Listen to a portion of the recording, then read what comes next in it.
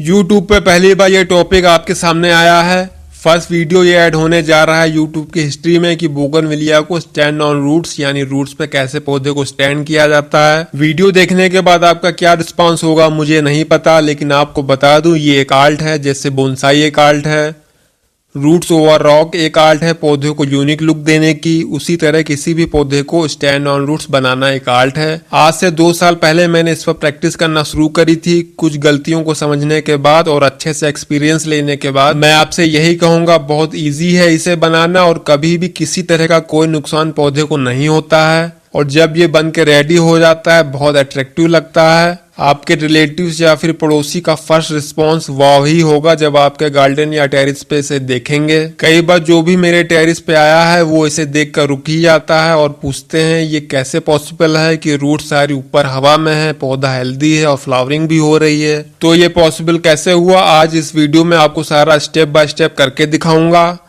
ताकि आप भी इस तरह की क्रिएशन अपने टेरिस गार्डन में ऐड कर सकें और अपने गार्डन को अट्रैक्टिव लुक दे सकें। इसे कब आपको बनाना चाहिए और कब नहीं ये पहले जान लीजिए। सबसे बेस्ट टाइम है मानसून जब आपकी सिटी में आ जाए, या फिर सितंबर से नवंबर, या फिर 15 फरवरी से मार्च।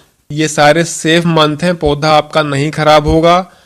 बस आपको अप्रैल मई जून ये 3 महीने अवॉइड करने हैं क्योंकि इन महीने गर्म हवा चलती है ज्यादा और गर्मी अपनी चरम सीमा पे होती है। आइए शुरू करते हैं बनाना बोगनविलिया स्टैंड ऑन रूट्स। आपको लेना है एक बोगनविलिया का पौधा वही लेना है जो घना हो और पॉट में लगे हुए 3 महीने हो चुके हों। पौधा घना और पॉट में लगे हुए 3 महीने हो चुके हों ये मैंने इसलिए बताया है क्योंकि इस तरह के पौधे में रूट्स ज्यादा घनी और लंबी हो जाती हैं पॉट के अंदर। और स्टैंड ऑन रूट्स बनाने के लिए रूट्स का घना और लंबी होना जरूरी है ताकि आप अपनी डिजायर ऊंचाई पे इसे बना पाएं। आपको लेना है 8 इंच वाला पॉट, थोड़ा सा धागा और एक मजबूत फंटी। आपको पॉट में थर्मोकोल के छोटे छोटे टुकड़े इस तरह से तोड़ के भर देने हैं 2 इंच तक। इसके बाद फंटी रख के देख लेना है, फंटी इतनी लंबी होनी चाहिए कि आधा हिस्सा पॉट में और आधा हिस्सा ऊपर रहे। फंटी का जितना हिस्सा पॉट के अंदर है उसमें आपको पॉलीथीन लपेट देनी है। पॉलीथीन लपेटने से लकड़ी का फंगस सॉइल में नहीं आता जिससे रूट्स खराब नहीं होती। पॉलीथीन लपेटने से फंटी आपकी कई सालों तक सड़े गलेगी नहीं और आंधी तूफान में पौधे की ग्रिप अच्छी बन जाती है पॉट में। आप प्लास्टिक का कोई मजबूत पाइप भी यूज कर सकते हैं, फिर पॉलीथीन लपेटने की जरूरत नहीं है। आपको इस तरह से पॉलीथीन कवर कर देनी है जितना भी हिस्सा पॉट में जाना है फंटी का। इसके बाद आपने जो पौधा सेलेक्ट किया है बोगनविलिया का उसकी राउंड शेप में लाइट ट्रिमिंग कर देनी है ताकि एक कॉम्पैक्ट शेप आ जाए ऊपर से।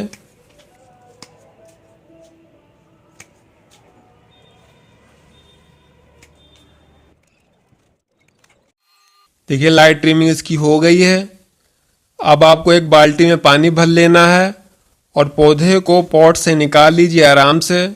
जब पॉट की सॉइल ड्राई हो तभी निकालना है आपको, बहुत आराम से निकल आएगा पौधा।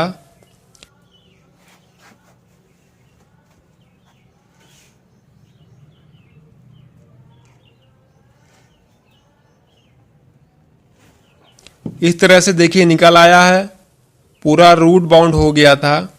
इसे पानी में पूरा डुबो के रख देना है 10 मिनट के लिए ताकि सारी सॉइल इसकी गीली हो जाए। जब तक इसकी सॉइल गीली हो रही है आपको बना लेना है potty mix. Stand on roots के लिए आपको हार्ड पॉटी मिक्स बनानी है ताकि आंधी तूफान में पौधा उखड़े नहीं। आपको लेना है कैसी भी खाद जो 1 साल पुरानी हो, यानी कंपोस्ट 40% लेनी है, गार्डन सॉइल 60% लेनी है। जिस पॉट में लगाना है उस पॉट का 40% कंपोस्ट लेना है इस तरह से, और गार्डन सॉइल 60% पॉट में लेना है और अच्छे से मिक्स कर लेना है।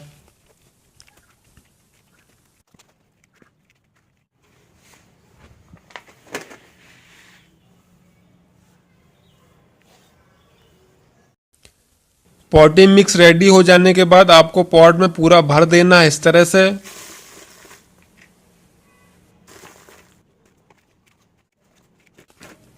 इसके बाद पौधे को पानी से ऊपर उठाइए ताकि सॉइल जितनी अपने आप गिरनी हो निकल जाए।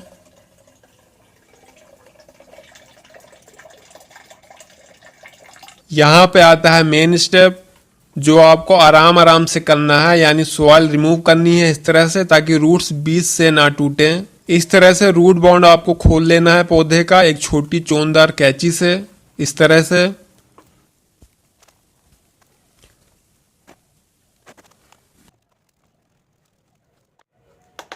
और पौधे को उठा के हल्का सा वाइब्रेशन देना है ताकि सारी सॉइल एक बार में रिमूव होती चले।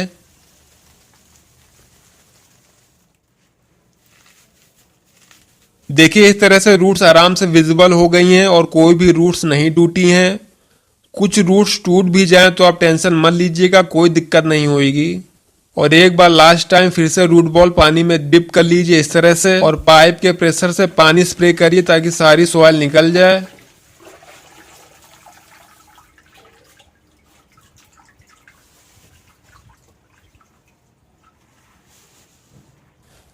बस इतना ही था main work stand on roots तैयार करने में। अब आपको इस तरह से रूट्स नीचे की तरफ सीधे करके वो पॉलीथीन वाली फंटी एक धागे से बांध देना है मजबूती से इस तरह से।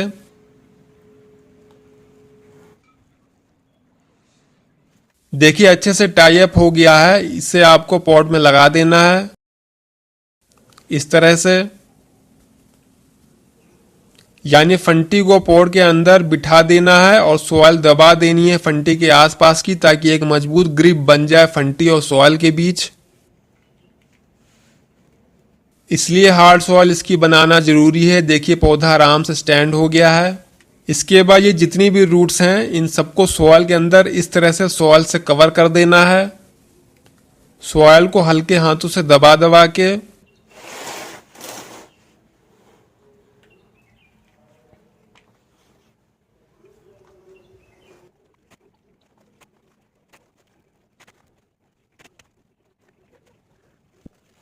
क्योंकि ये जो ऊपर वाली रूट बाउंड है इसमें फाइबर रूट्स हैं और इसमें अभी भी सॉइल है, मॉइस्चर है जो पौधे को मरने नहीं देगी और ना ही पौधा सूखेगा। आपको बस डेली इस रूट बाउंड यानी जो ऊपर की ये रूट्स हैं इनमें पानी या फिर सावरिंग दिन में एक बार दे देना है, ताकि मॉइस्चर बना रहे इन ऊपर वाली रूट्स में और पौधा आपका ड्राई ना हो। इसके बाद आपको दे देना है अच्छे से पानी धीमे धीमे इस तरह से।